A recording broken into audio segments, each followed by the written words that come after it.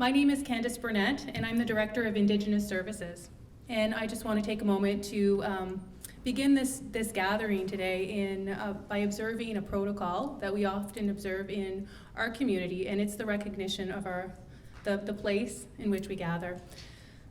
From an Indigenous point of view, this land, the land and place that we now call London, has a long history that predates Confederation. The Adirondack people once used this land, or also known as the Neutral people, once used this land as their traditional beaver hunting grounds, and the Haudenosaunee and Anishinaabe people often gathered around what we call the Dishkon-Zibi, which is the Antler River. So I'd like to recognize that history.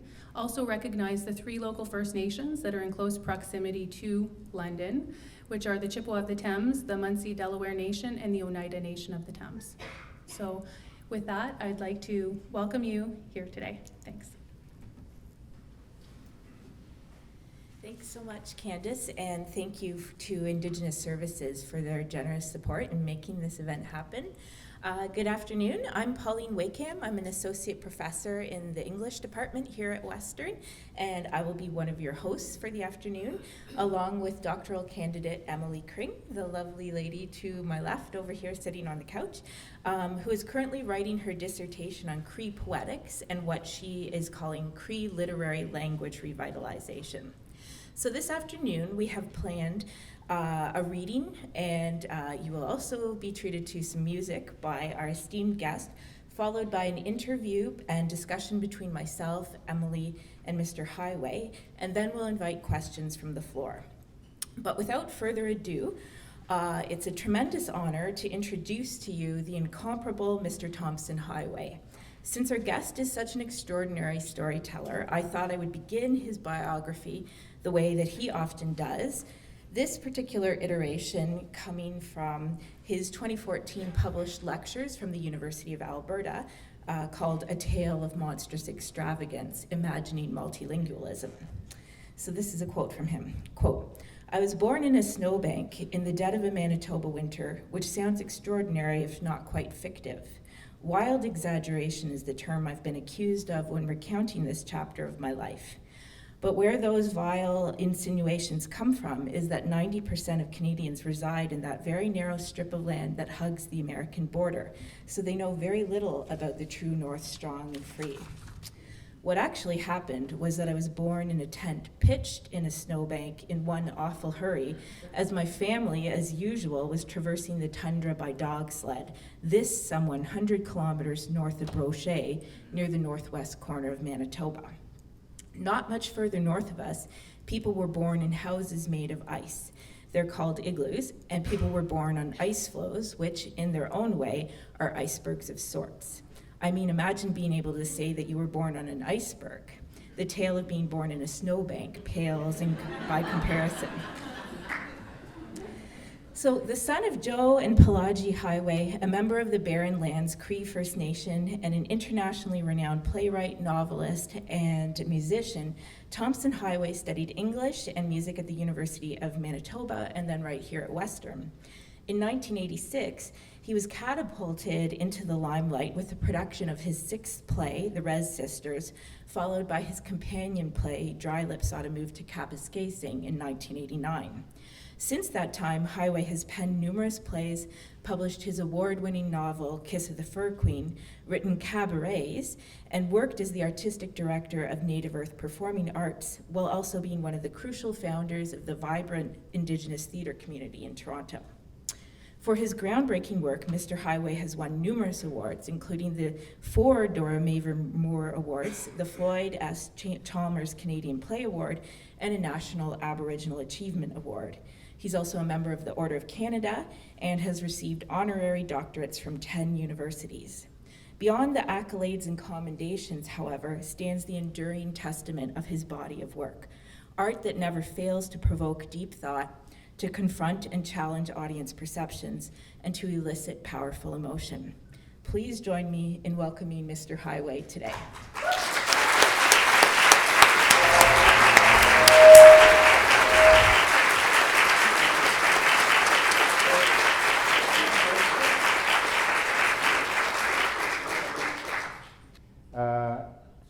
I'm here to talk about what happened to those books that were here. Oh, there they are. My most recent play, the one that we're rehearsing in Saskatoon right now, is a musical. I started off life as a musician, and that was my first dream, was to become a concert pianist. But coming from the kind of landscape that I do, that was a very impractical dream, because the nearest piano to us was like, what, 500 kilometers south of us? And the grand piano that my father bought for me, the 9-foot Steinway grand that my father bought for me for my 6th birthday, was too heavy for the dogs to carry their dog's leg. Anyway, it was a very impractical dream, but it was a wonderful dream nonetheless, because I got a chance to learn some extraordinary music and learn how to play the piano under some extraordinary teachers. And some of my co-students are right here in this room, and to this day they are pianists, professional pianists.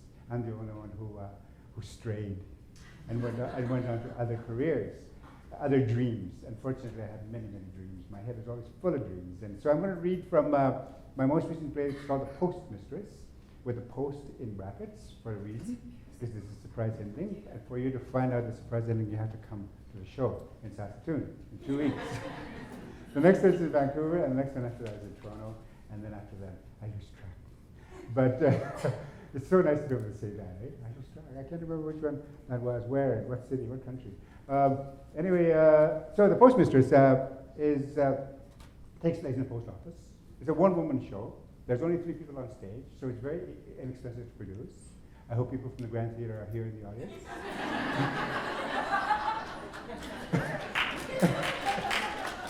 I used to run my own theatre company for many, many years, and I know what it's like. Eh? Go shopping for shows.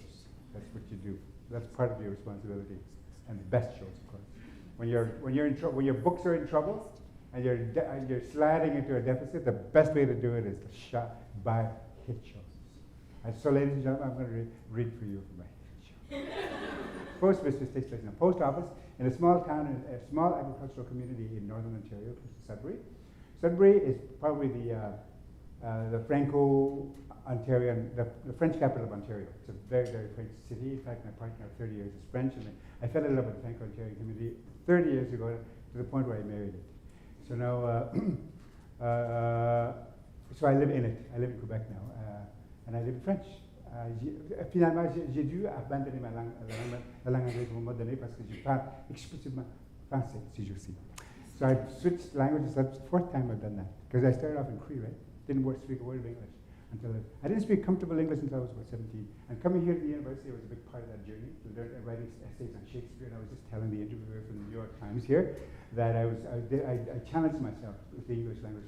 I found it so difficult a language to learn, impossible. For instance, simple lessons like knot, the knot in the rope. What on earth is that K doing there? Can anybody explain that? And then simple questions like that. I used to call it a knot, a knife. You cut your bread with a knife, eh?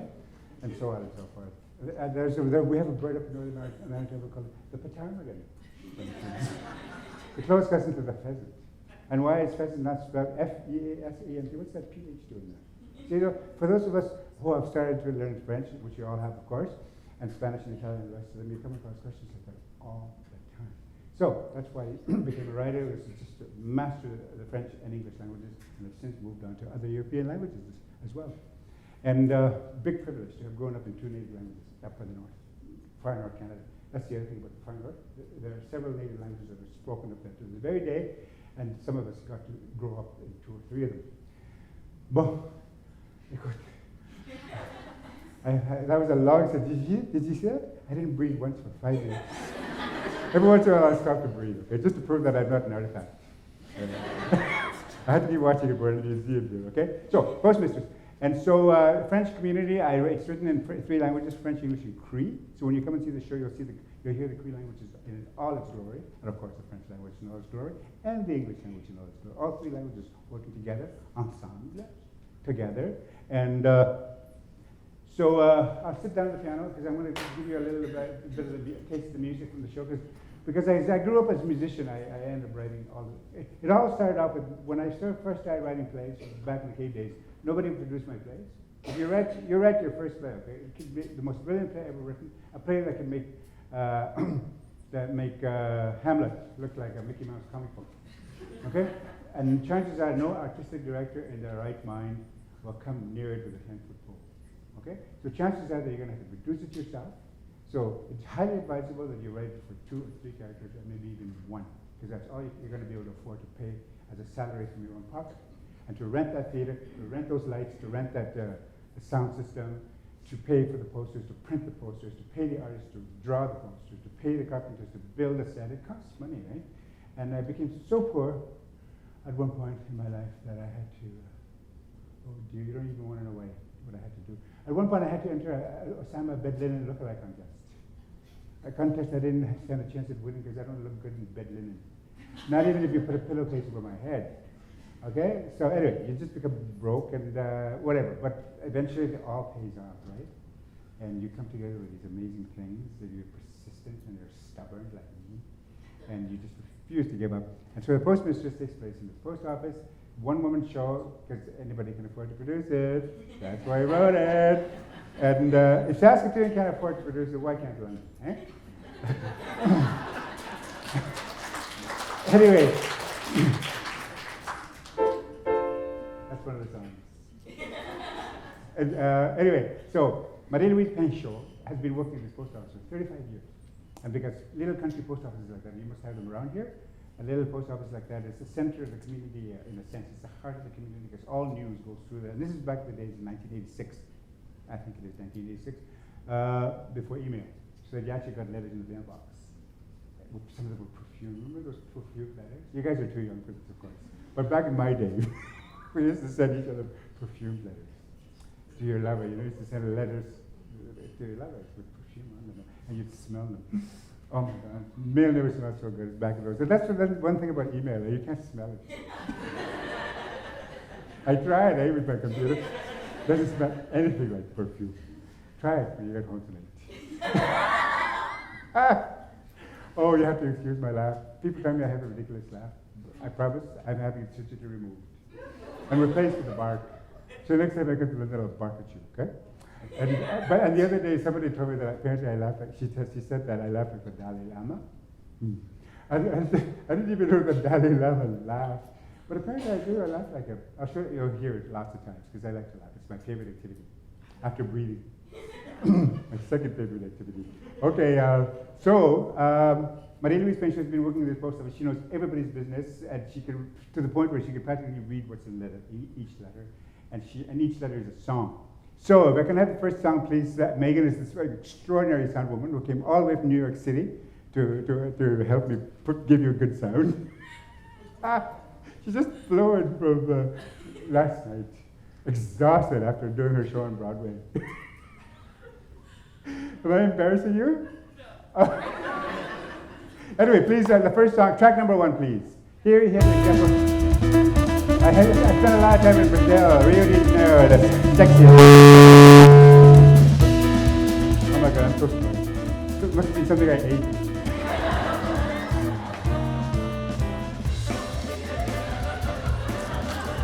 Anyway, I promise I'll never eat it again.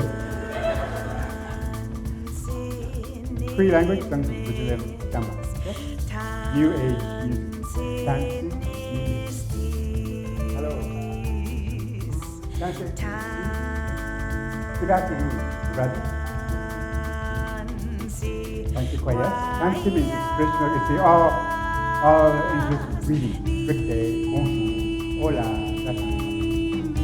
Mais je dis Minan, ça veut dire, je parle français de it's so natural for me that it's just like important. Thank you for being here today. I call you.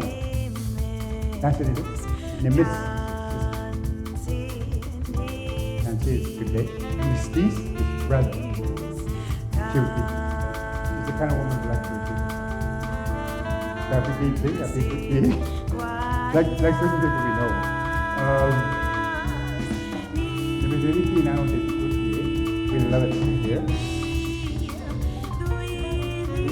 And I'm working here with some of the best musicians in Canada. George Kohler, they're all based in Toronto, but George Kohler from Edmonton, one of the best places in the country. Ted Quinlan from Vancouver, one of the best guitarists in the country. Mark Kelso on drums, one of the best drummers in the country. Drums for Molly Johnson. Musicians of that caliber, right? What a privilege to work with them. Sanagamoya, we're going to sing. We're going to tell stories. Sumuktatriya. Yeah. Igwa means and. Me means as well, or moreover.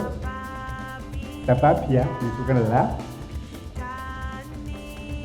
Kanimi Tuyak means we're going to dance. Hey means hey.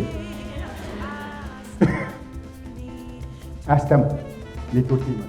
Come, folks. Come on. Come to our cabaret. Welcome. Thank you, Megan. And that's just one of the opening song from the Postmistress. Because I spent so much time in Rio, I lived there part-time. I picked up the music of South America.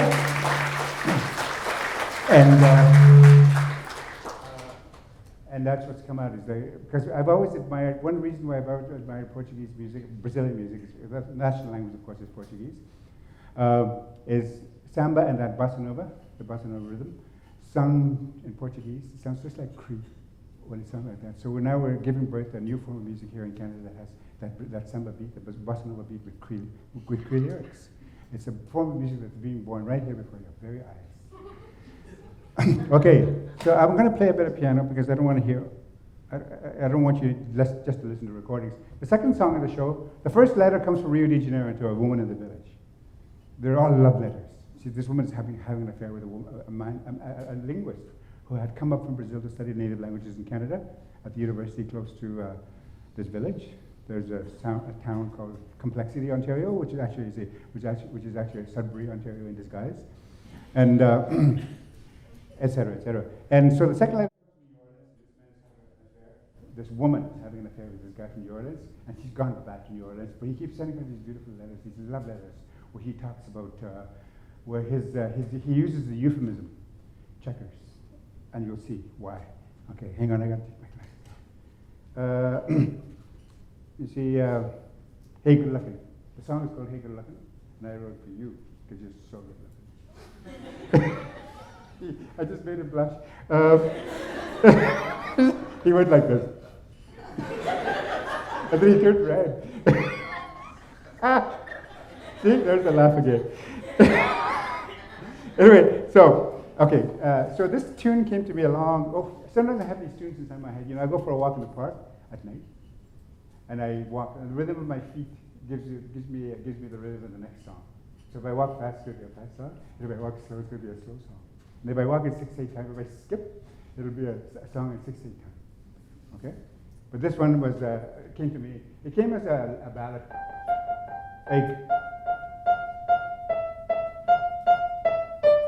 Etc. And so it was in my head for 4 years, and it finally came out as this. As the second letter in the piece.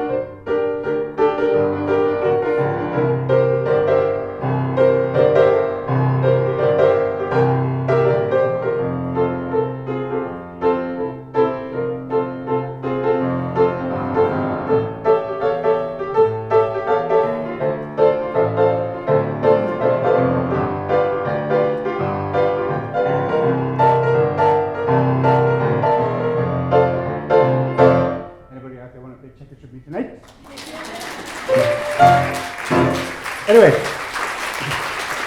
thank you. I have to rush along because I have to be finished soon. Anyway, the lyrics, I can't sing. I don't sing at all. I used to be a boy soprano, but then something happened, and you don't want to know what happened. But it happened. I think it happens to all of us, I understand. But I used to sing, I used to be a voice soprano, and because I'm musical, I sang really well. I used to sing so high that I sounded like a piccolo. I used to sing so high that I was known to break champagne glasses. I used to sing so high that I could be heard only by dogs. That's how high I sang. But then this thing happened when I was 12 years old, and now I sound like a donkey brain. Or a cow waiting to be milked. Whatever. Anyway, the words are, hey, good looking, ain't you booking? Some nighttime nooking with someone looking. Now, how's that for internal line, eh? I'll do it again. Hey, good looking, ain't you booking? Some nighttime nooking with someone looking about for a come with me. See, just for time to play. You look so fine, you look so with it, but so unreadable, unfathomable. Just imagine, we play checkers, which I hear is good for neckers. Or perhaps we could discuss of rain, or maybe blood. Second verse. Hey, looker, consider what times you could concoct under conditions where one wouldn't dare not take it, not fake it, not make it work the way it would work for the best, and all of the rest. We'll play checkers, just like neckers. Then we'll turn the lights off, heckers. Just consider, we might even fall in love. Yeah. So I did this performance recently at a town over there, and this woman came up to me afterwards and said, oh, go home and play checkers. I said to her, she said, I've been married to the same guy for 60 years. We've been together for too long for us to play checkers. So, and then she went home, and you know what, I highly suspect with a little glint in her eye that that's exactly what they went and did, was play checkers all night long. Because you see, checkers was good for neck. Huh? Anyway, so okay, I gotta watch my time here. I have a clock for somebody. Oh dear. Okay. We started late, so you're being punished. That introduction was way too long. Just kidding. It was a lovely introduction, and I thank you so much for it. That was very kind. It's people aren't always that kind to me. Anyway, let's skip the French one.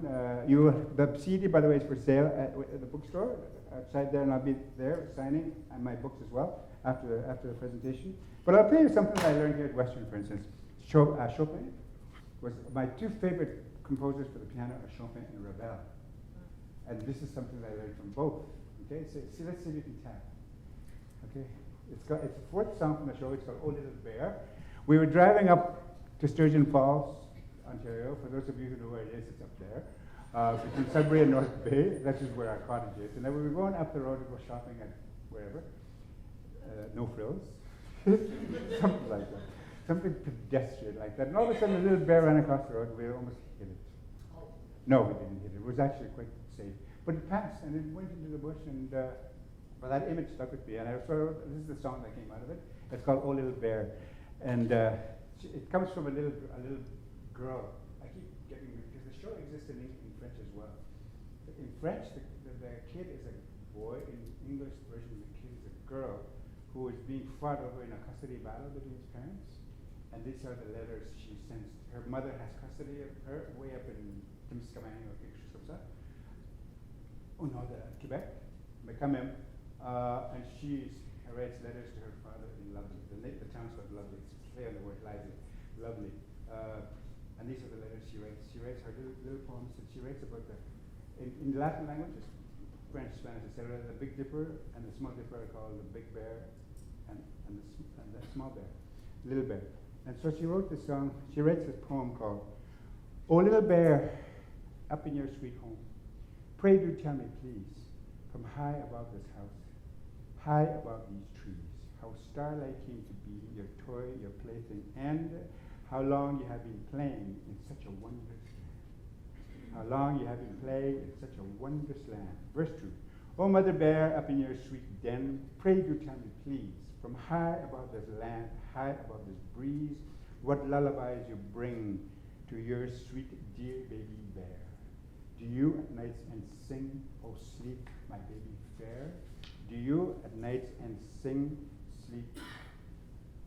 sleep, my baby fair. And then there's a monologue during the instrumental section, which is what I'll be playing. And but we don't have time for that because it's a page long. But she goes, and then she comes up at the end with the last verse, which is, oh dear, I lost it. Where did it go? The 14 stars that give you both form in the sky so free, 7 stars for mother, 7 stars for baby, the constellation of 2 creatures of the night, while we here on this earth give thanks for such warm light. While we here on this earth give thanks for such warm light. So that's the letter that passes through the postmistress's hand. It goes like this: Ravel, Beethoven, Chopin. Here it is. I would say the melody is Chopin, but the shifting harmonies are Ravel. That's one of the pieces I most admire, Anne, is comment on dit? Pavane for, it's in English, Pavane for a Dead Princess. That piece, oh my God, it's one of my favorite pieces of all time. And well, it's not like that. I can't write anything like Ravel, of course, but it's in that direction.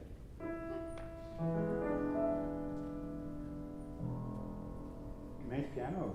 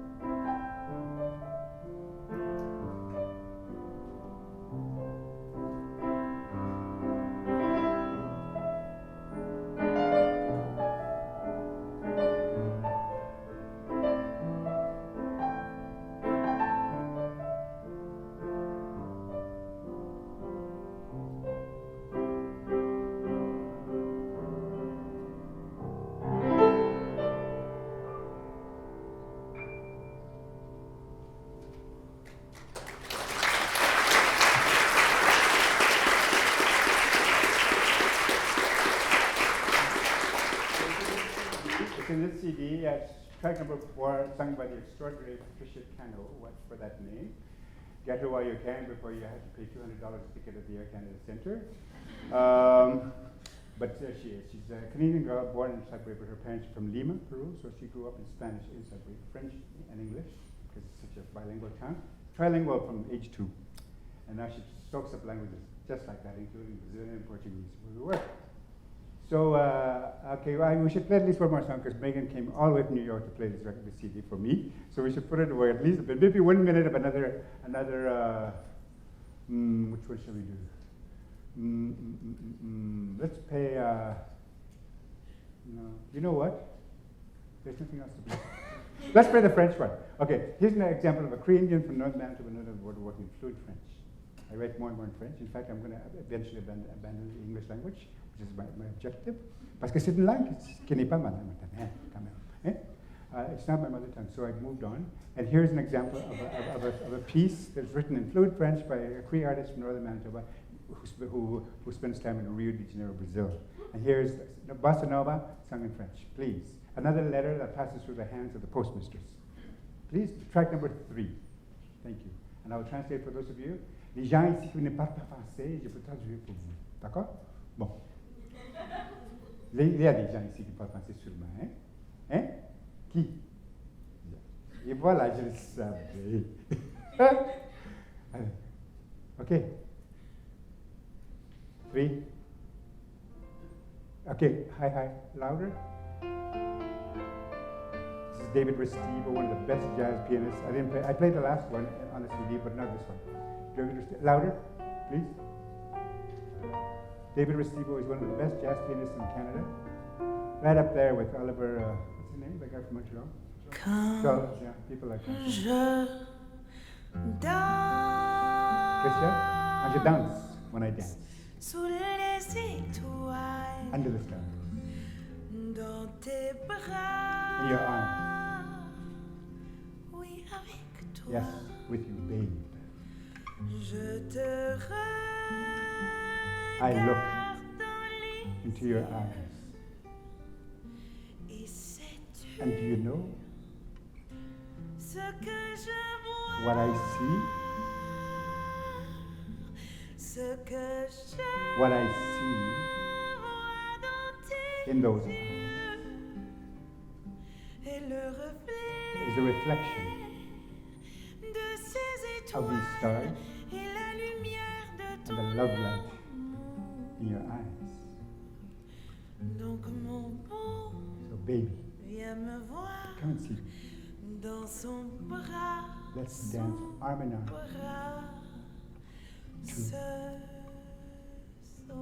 tonight. And here's the bus. And this will be my goodbye to you, because then we're going to go to the interview on the couch. Louder, please. Dans tes bras, oui, avec toi, je te regarde dans les yeux. Et sais-tu ce que je vois? That is, messieurs, mes amis, ce que je vois dans tes yeux, c'est le reflet des étoiles et la lumière de ton amour. So baby, come see someplace. Merci, Megan, thank you so much. And this, by the way, this album was nominated for June this past year. Best Aboriginal Album of the Year. It was won by somebody else, I'll never talk to them again. They will be punished, these people who won the Jury. If they were a Catholic, they're going to be made to sit in a corner and say the Holy Rosary. If they were Protestants, they're going to be forced into their kitchens to make a casserole for the next United Church supper. And if they were Native people, they're going to be barred from the bingo for life. Okay, so that's my little presentation for the Postmistress book and CDs for sale in the lobby, and I'll be signing them. And please try all your best. This is shameless, me blowing. I don't blow my own horn because I don't play the horn, right? I tried the bassoon too. I tried blowing my own bassoon, but that doesn't work either. There's a guy in here, by the way. There's a bassoonist in our midst. Do you know how rare that is to have a bassoonist in your midst? It's like having a tuba player in your midst, right? It's incredibly exciting.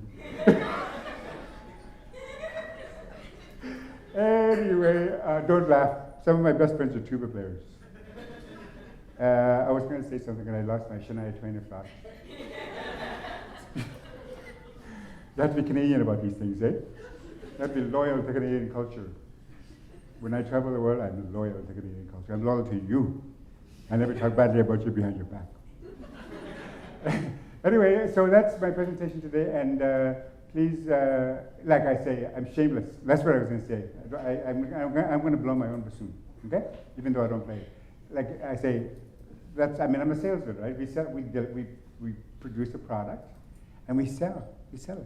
So one of the reasons I've never even thought about this, Josh.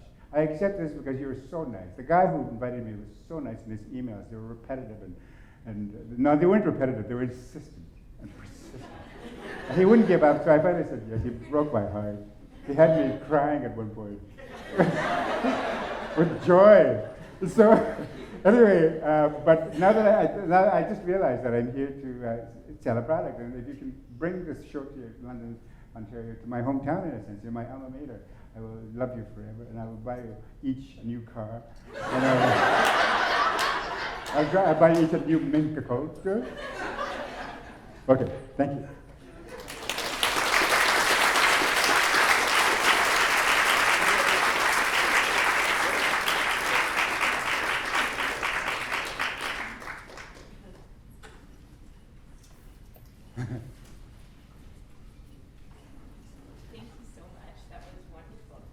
Oh, dear. You know, one thing you're not allowed to ask? There's a limit to the questions you can ask. You can't ask about my weight. For that, you have to come over here and lift me. But if you do that, I'm going to have to lift you right back. We'll have to change our program a bit. Say it again? We'll have to change our program a bit then. Thank you so much for that wonderful, wonderful reading and the treat of music. And I think that what you just showed us was so beautifully demonstrated the joy of multilingualism that you've talked about at some length in your work. And you're often asked about it. And I was wondering about... That's the Nova Scotia production. of Halifax. The postmistress, Yeah. yeah. Martha Irving. Atlantic candidates, Martha Henry, they say. She was fantastic. I was wondering, so you often are asked about your own experience with multilingualism, but I was wondering, what would you suggest non-Indigenous Canadians might learn if they were to engage with and truly study an Indigenous language? What would Canadians say if they were to speak an Indigenous language? What would they learn? What would they learn? Mhm. Oh my goodness, there's so much to learn. Every language has a secret. Every language has a beauty, its own special genius, its own special applicability. Like English for me is the ultimate, the ultra intellectual language. It's a brilliant, it lives in the head most brilliantly. French lives in the heart and in the stomach. And trust me, I've had more than my fair share of French cheese and French wine to be able to say that. I lived in France for 13 years, which is where I perfected my French. 13 winters, 6 months a year. Up to 2 years ago. Now I live in Italy, Rome, which is where I'm learning Italian. And so I can speak to Sophia Loren next time I have lecture there. Anyway, it's just that it opens your mind. There's so many things it does for you. It opens your mind to it. It's like, as I say in my little book here, and I don't want to insult you people because I love you too much to insult you. But and I love London way too much to insult London. But you know, speaking one language is living in a house with only one window, and you have that one perspective. You need a house. You need to live in a house with perspectives on all four sides, and the roof as well, and the basement, so you can see hell if you feel like it, and certainly heaven. But it's that perspective. It's a matter of perspective. There's secrets. Just as with the Amazon, they say the Amazon jungle has plants in it. It's an incredible biological complexity that holds secrets to the curing of every conceivable disease known in the human world, most especially cancer, the biggest killer these days. Well, same with languages. Languages are like plants in that sense. You know, the herbs, secret. They have a certain biological power to them. They have each one of them has a special genius in dealing with the mental and emotional and spiritual ills of societies. And and one of them, I think, that plagues us. For instance, the biggest question we're facing today as a society is climate change. Comment on dit ça? Le réchauffement climatique. Climate. Comment on dit ça en anglais? De temps en temps, j'ai pu perdre mon anglais. Je m'excuse. Climate. And there's the environmental disaster that we're aiming straight for. Okay. You know, I grew up in Paradise, for instance. I grew up in Paradise. I was born in Paradise, in northern Manitoba. It's an extraordinary land up there. Thousands of lakes with clear blue water that you can drink with your bare hand. Imagine doing that in the Thames River. Think of it. You know, when was the last time somebody was able to do that in the Thames River? Probably about 200 years ago, 300 years ago, with those people that Candace was talking about. And that poisoned water is going further and further north every year. And when I was living there, I was born at the tail end of 51. In the 50s, when I was a child, it was perfectly safe to live up there, and now it no longer is. Forest fires are eating at that land like nobody's business. Just every summer, back then you never heard of an airlift of communities, of a single community. Now there's airlifts every summer, and those forest fires are getting closer and closer to the south. Last summer there was smoke all over Saskatoon and Vancouver, for instance. And it's only a matter of time before they come they rip their way right through Muskoka and burn down every $5 million cottage that is in there on that land, and then eventually right down to Toronto, Ontario, and London, Ontario. The day is coming if things are not taken care of the way they should be. And in native languages, for instance, it holds might hold the key to some of these very, very difficult questions. And that is that in native languages, of which I speak, I'm fluent in one, semi-fluent in a second, and nominally familiar with at least a third, namely Ojibwe, which is like Ojibwe and Creole, like Italian and Spanish. They come from the same linguistic family. Anyway, the fact that the most extraordinary story that I think we might have heard coming to us in 1492 was the story of a garden. God, who was male, for one thing, and there was only one God. There was no room in there for a female God, a partnership of any kind. Creation was not an active partnership between equal partnership between two genders.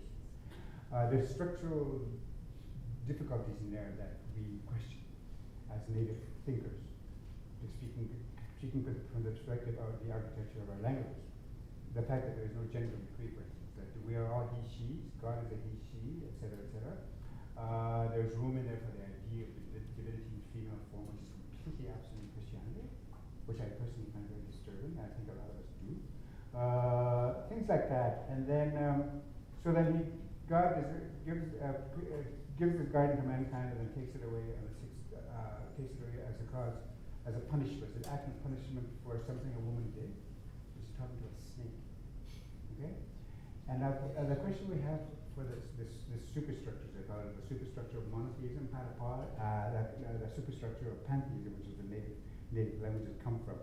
There's monotheism, which is one God system, polytheism, which is many God systems, which is the ancient Greek set, and which is what the Japanese have today, for instance.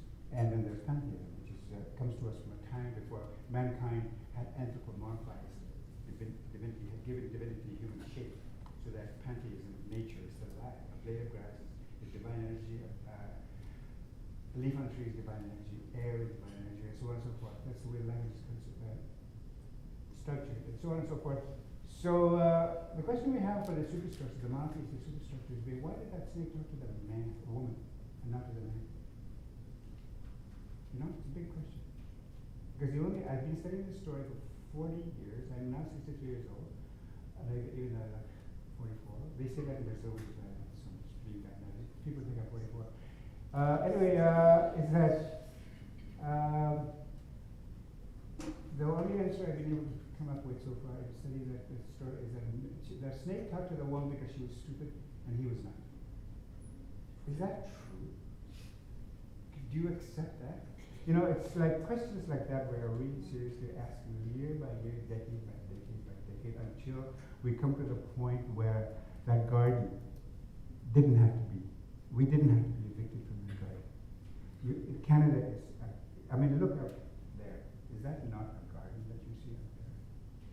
You know, we are in a garden, and we should not treat the garden as a foe, but as a friend. You know, those kinds of questions creep into the comparative analyses of languages, you know?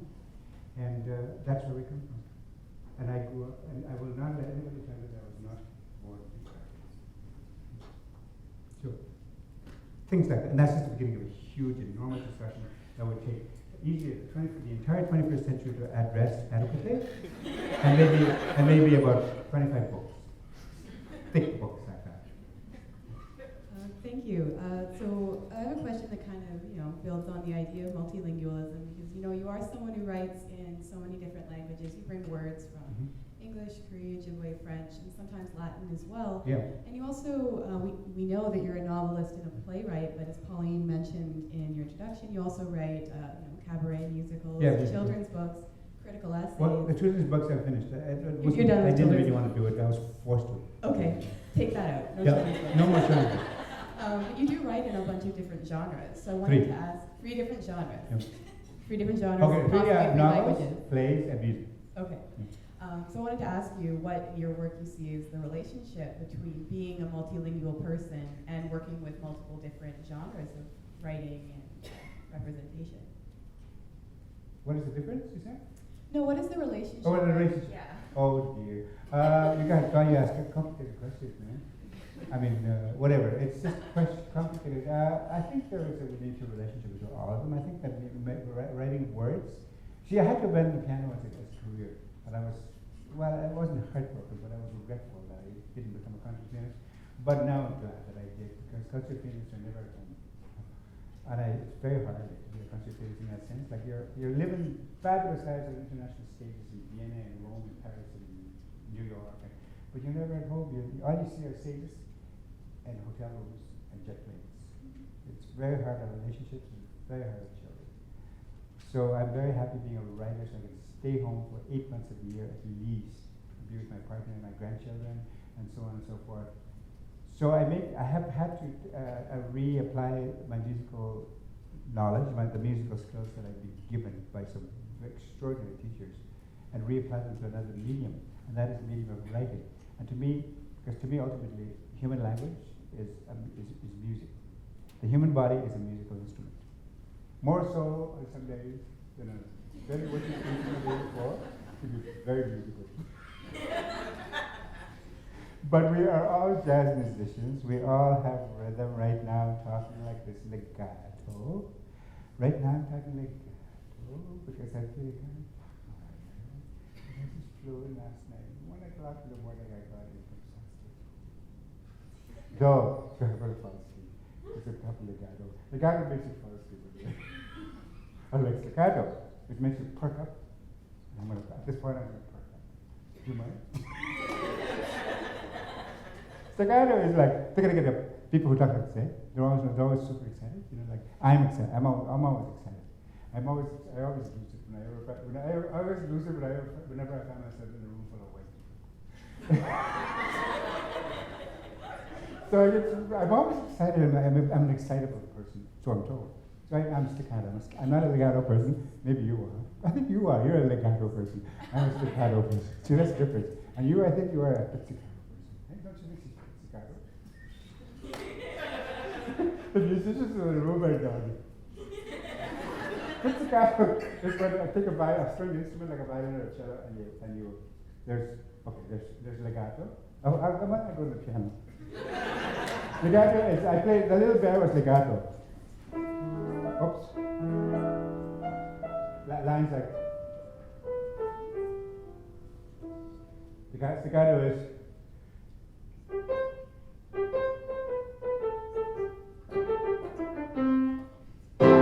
that's all sing, okay?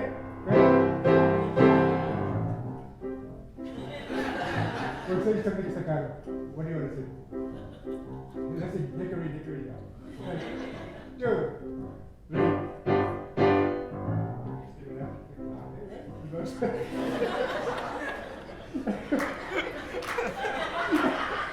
What are the lyrics to that song anyway?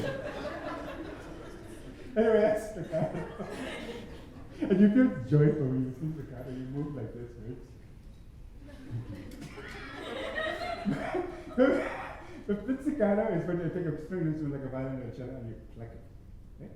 That's a pizzicato. Pizza. It's related to the word pizza. Because it's pizza. It's like a pluck.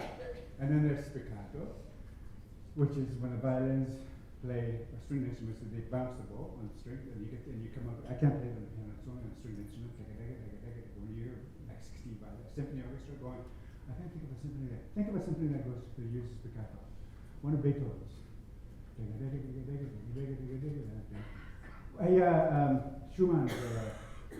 Schumann's Carnival has a place. One of the variations is spiccato. It has that kind of bounciness, but not. It's half of staccato and legato. It's spiccato. Yeah? And then there's spaghetti and linguini and fettuccine. Let's sing a song about fettuccine. Sicilian tarantellas, eh? Have you ever sung a you know what Sicilian tarantellas, eh? That's staccato and 6/8 time. That's the other thing. There's 6/8 time, there's 4/4 time. Like for instance, you're sitting here in 4/4 time. Did you know that?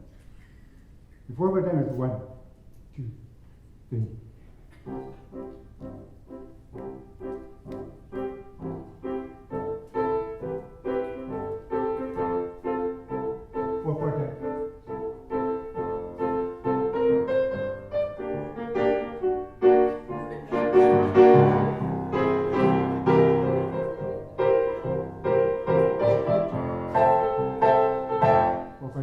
Broadway, Rogers and Hammerstein, my hero.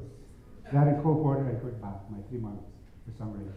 And so on and so forth. It's all language is music, human bodies are music, and there's 3-4 time questions is a lot of fun. And you think in these terms when you write. A piece of writing is a piece of music. A novel, I think of a novel as a symphony, and a play as a sonata.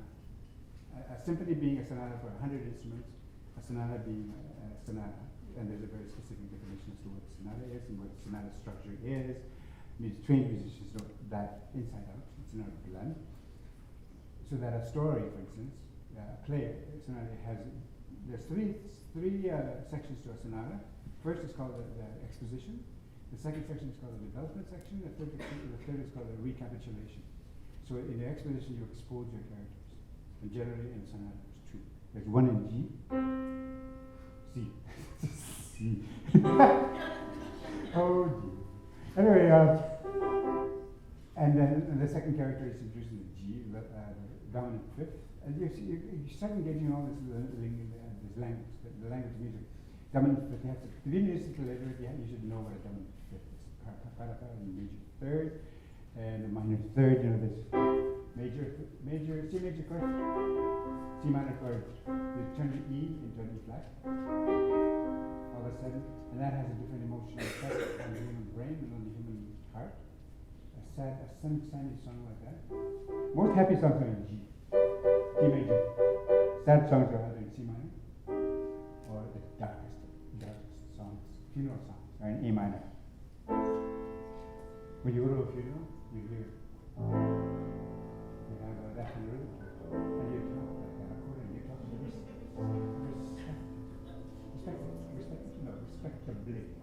respectfully. But then, for instance, you wouldn't go to a funeral and sing a song in 60 times at a funeral, for instance. You wouldn't go,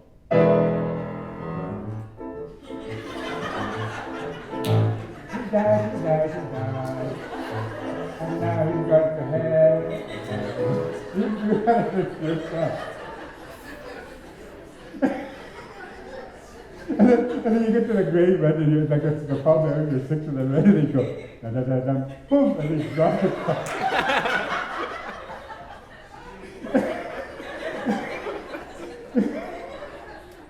So that's, you think in those terms, language is music, and you make music, and that's why the best writing, in my opinion, God knows I don't know everything there is about writing, half of what there is to know about writing, especially in English, it's not my language, I'm still very uncomfortable with the English language, is that there are secrets to it. It's a piece of, the best writing in the world is writing has rhythm. If you fall asleep reading a piece of writing, that means it has no rhythm. And the writing with rhythm is the one that leads you on. Even though the content is not great, there's something in there that leads you on to the next page, and the next page, and you can't stop. And you realize all of a sudden it's 5 o'clock in the morning, and you have to go to work at 9. I've done that, it's terrible. Yes, if somebody had a hand raised into I have the a air. question about that. If you think of the plays as rhythms like that, musical rhythms, how easy is it then to take something like the Rez Sisters in English and translate it over to Kring? How easy is it?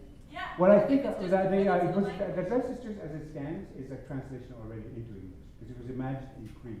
That play is one of my mother and her sisters, and she had many sisters, there weren't just 6. And they all didn't speak any English in those days. In fact, that group of women is some of them are most of them are Dene, most of them are Cree, and at least one of them has Dene in the original story in my head, the ones that I'm thinking about. So I had to translate, and that's why it comes out like that, with that funniness, like, I don't know. I can't think of a sentence. I wrote it so long ago. Have you heard the news? That the biggest one that's coming to Toronto? Or that Annie Cook, Vernie St. Pierre, you know how she has to concentrate when she plays bingo, her forehead looks like corduroy, she concentrates so hard, you see yourself in that mode, right, where you concentrate so hard, you have corduroy right here. Sometimes when I have trouble concentrating, I'll tape a piece of corduroy to my forehead. This is why I can look like I'm thinking really hard.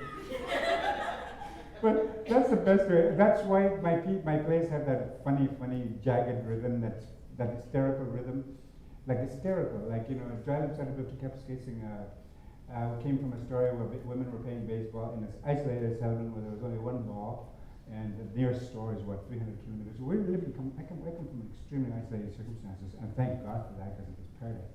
But these women were playing baseball. It was a hot summer day, and they wore these dresses. In those days, most of them were mothers. Back then, women had 12, 14 children. I'm the 11th to 12.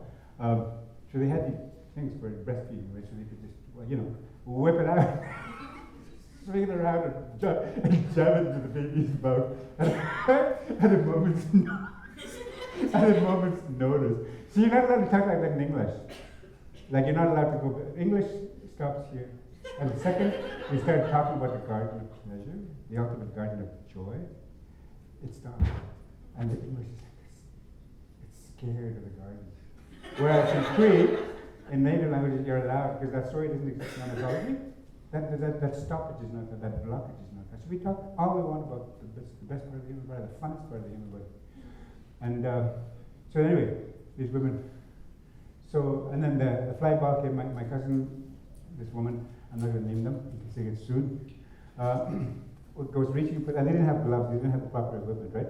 So this fly ball came coming in, and she caught it, but it came so hard that she slipped, and it hit her on the chest, and it slipped into her cleavage, and got lost in the roads of her back, and her, See, you're not allowed to talk about that in English. You're not allowed to mention that in polite company in English. In English, breasts don't exist. They do in other cultures. So in order for them to talk comfortably about such things, you have to go into other languages. Okay, it's true. Why would I lie to you? Anyway, so I changed that to hockey. A puck hits a woman on the chest and slips down to her cleavage. And the second act is all about this quest for the puck that was lost inside a woman's cleavage. And but that's pre-storytelling. It's ridiculous beyond ridiculous. The trickster fires it like motors it. It's the motor. The language is motored by a clown. Trickster, universal cosmic clown. So that's why it's hysterical. You see something like this, for instance. Ni. Ni is the most common expression in Cree. It means good grief. Or something like that. The catch-all, good grief, good heavens, that kind of stuff. Or holy, that kind of stuff. So you're not allowed to go there. 4-letter words in English don't exist. There's only 5-letter words, 6-letter words, and 7-letter words. Anyway, so you go there. Anyway, the story the language is ni. Oh no, what did I be? You'll say. And even if you don't know what I'm talking about, you're already smiling. Okay? Because it sounds funny. It's like a chickadee speaking chickadee. This is the language too, by the way. Chickadee, I speak chickadee. Yes. I'll just do it again. I'll speak chickadee for you again, okay? Watch my lips. Watch how fast they move.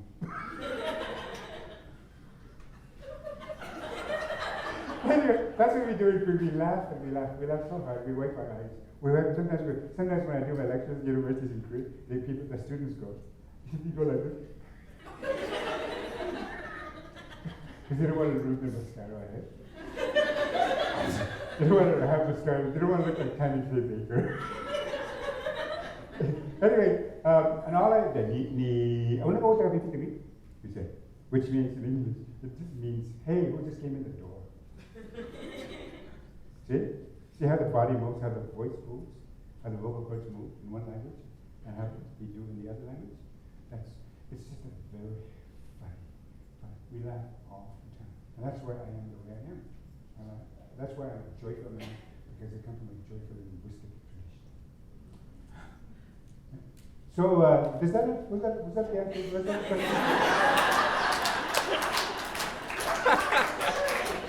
I'm sorry, I got jet lag. I just come from, that's a long way, it's a long 3 hours. Go ahead. And now I have to try back. Yeah. I was wondering if we could coax you into telling us something about the new novel that you're working on. Oh, it's not a novel. Oh. It's a book. Oh, is it a biography? What's the difference between a novel and a book? I can't. It's a secret. All I can tell you is that it's very thick. This book is so thick that it made Webster's dictionary look like a square.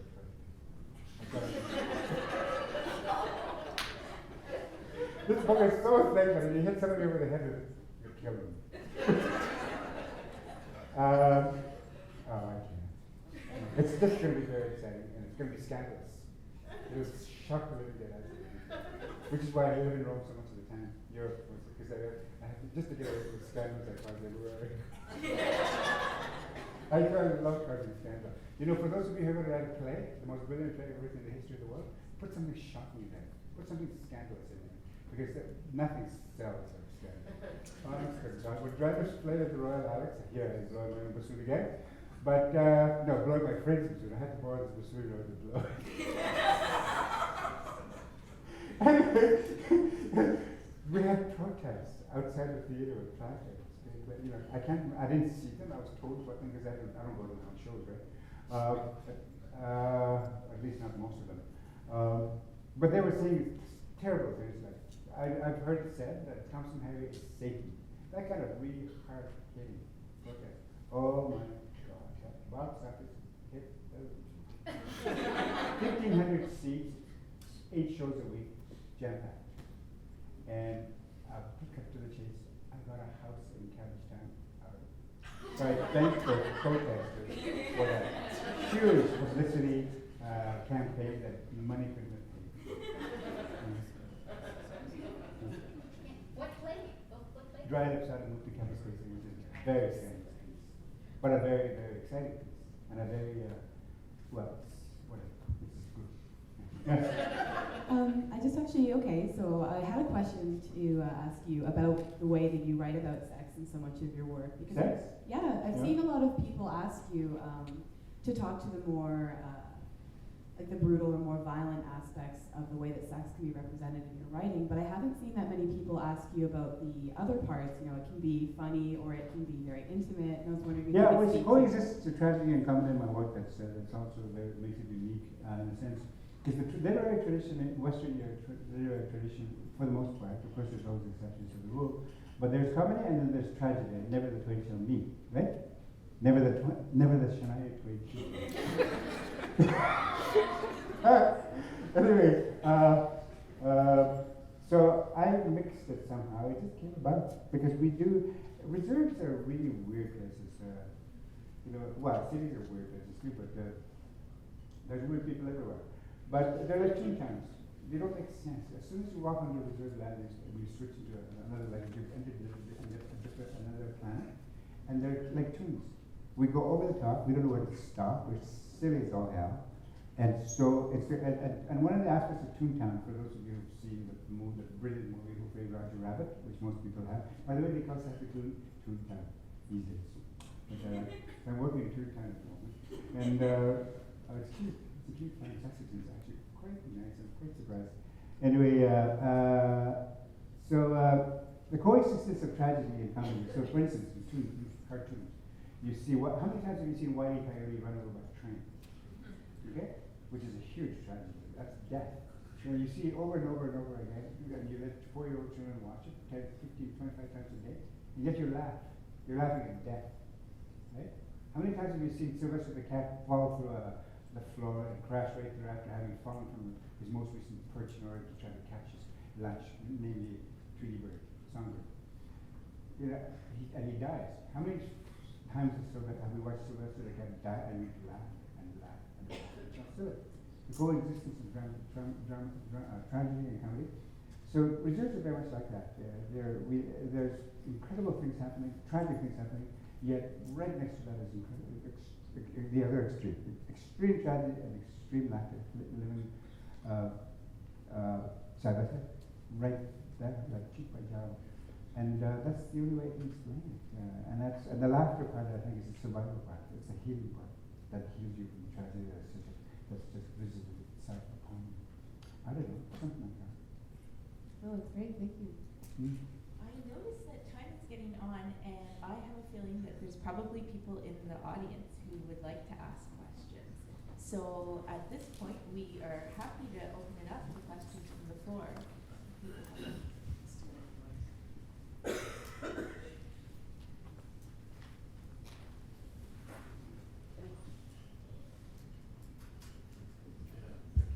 Not all at once.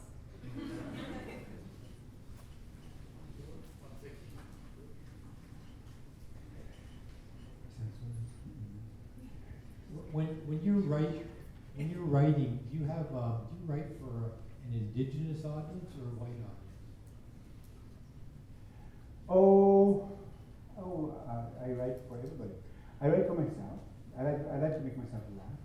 hear my own laughter.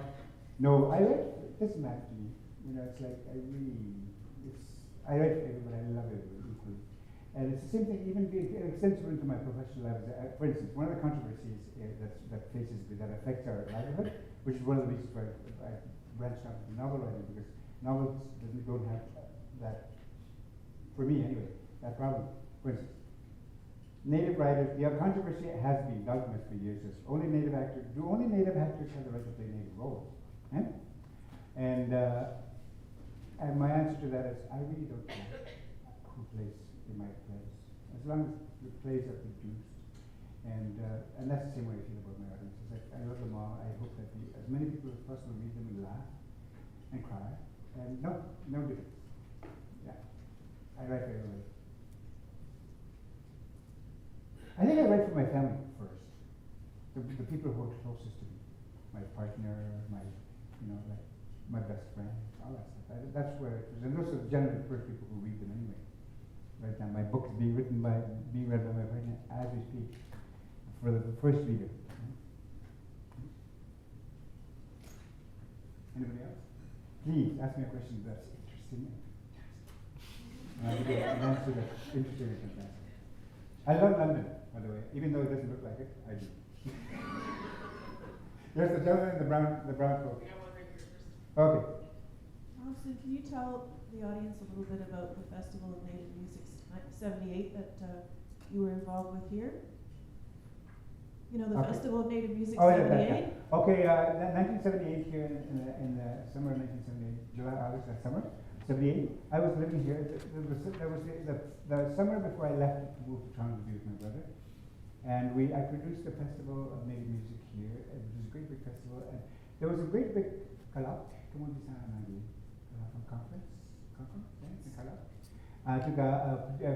being organized by the University of Western Ontario, where the music faculty was hosting a major international musical conference.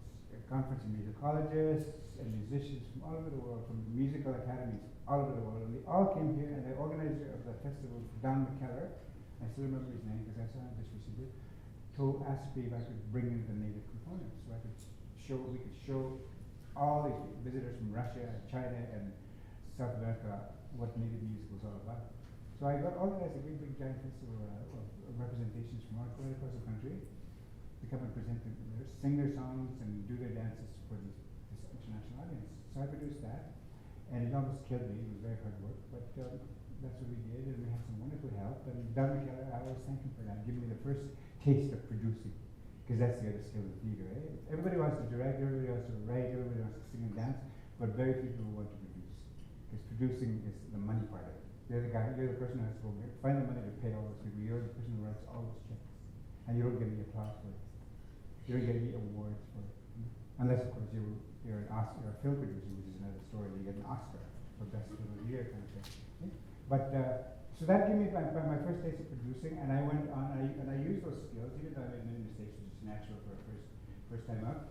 That later on, when I became the artistic director of Native Performing Arts in Toronto, I put those skills to work, being an artistic director, and building a very, very successful native theatre company, and in the process, entirely by accident, kickstarted a national movement, which is now 40 years later, in a sense, gave birth to all these other native theatre companies across the country. And B, gave birth to a whole community of writers and actors and directors and designers and so on and so forth. We now have a thriving industry across Canada which didn't exist 40 years ago. And it started here by Western in essence. Not that I can give myself all the credit, but it did. The journey was started here at the University of Western Ontario. And I was encouraged and my hand was held by certain people because I was very scared. I was 24 years old. And one of them was James Reedy, whose son is sitting right here with me. And I didn't pay back Jamie the $40 that I borrowed him 40 years ago.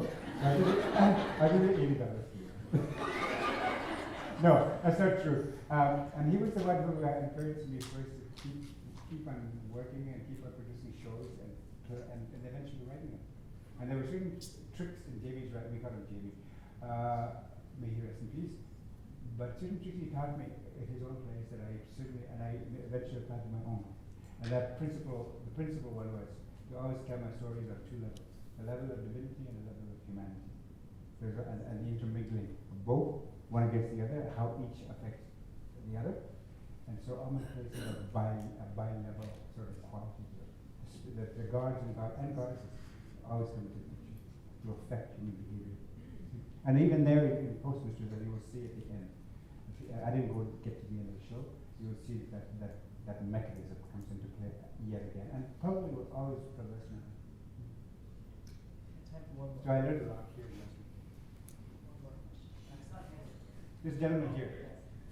Picking up on that, when you say two levels of writing, that you write like that, and looking back on what you've done, like all your writing and your accomplishments, is there any area or subject matter that you have yet to do, or that you feel that you would have to explore, or a different sort of a style or subject matter in writing? Well, I think that I have enough on my plate to keep me busy for the rest of my life.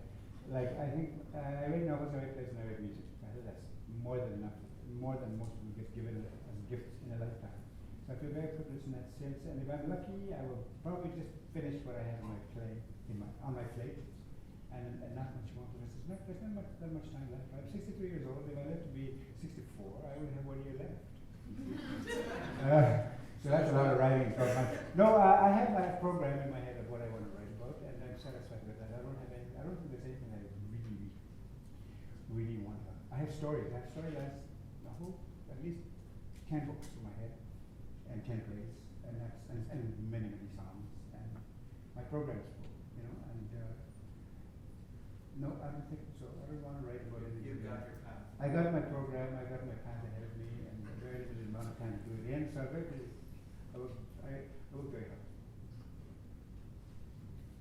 Thank you very much for asking that question. It's an arresting question. I think we're going to have to wrap it up. Okay, this gentleman wants to ask a question. So at the end of the day, Yeah. can you say that you're taking good care of yourself and you're healthy? Oh my goodness, yes, absolutely. All right, so then you can expect to Well, live a I lot hope longer so. than you're talking Well, yeah, well, maybe yes, maybe no. Like I always say, I think the happiest people are the ones that I've met in my time, in my life, are the ones who, like, I really expected that tonight. At midnight tonight, I'll be dead. So therefore, that gives me 8 hours more of laughter. 8 hours more of good time. I had no choice today to make my day absolutely spectacular. So I do it day by day. I don't think about the past. I think about today and tomorrow. All right, I just want to say. It works. That's how it I works. want to be here 10 years from now. Yeah, well, Say no, Ryan and you there. it doesn't. I've had such an extraordinary life at age 63 that, it's just been such an extraordinary life, such an extraordinary gift to be given the things I've been given. Not least by my friends and my colleagues, the students I studied with, and my classes, and my teachers, and my family, and my friends, my partner. It's extraordinary. Oh my goodness, what an extraordinary life. But the rest of my life, I like to think of it as an act of thanks. I just want to say thank you for helping me get here, for giving me the life that I have.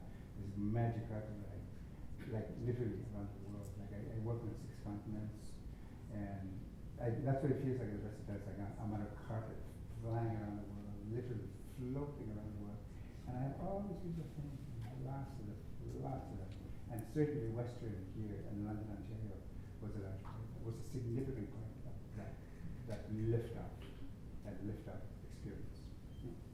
So there you go. And I think we're gonna have to wrap up, eh? Yeah.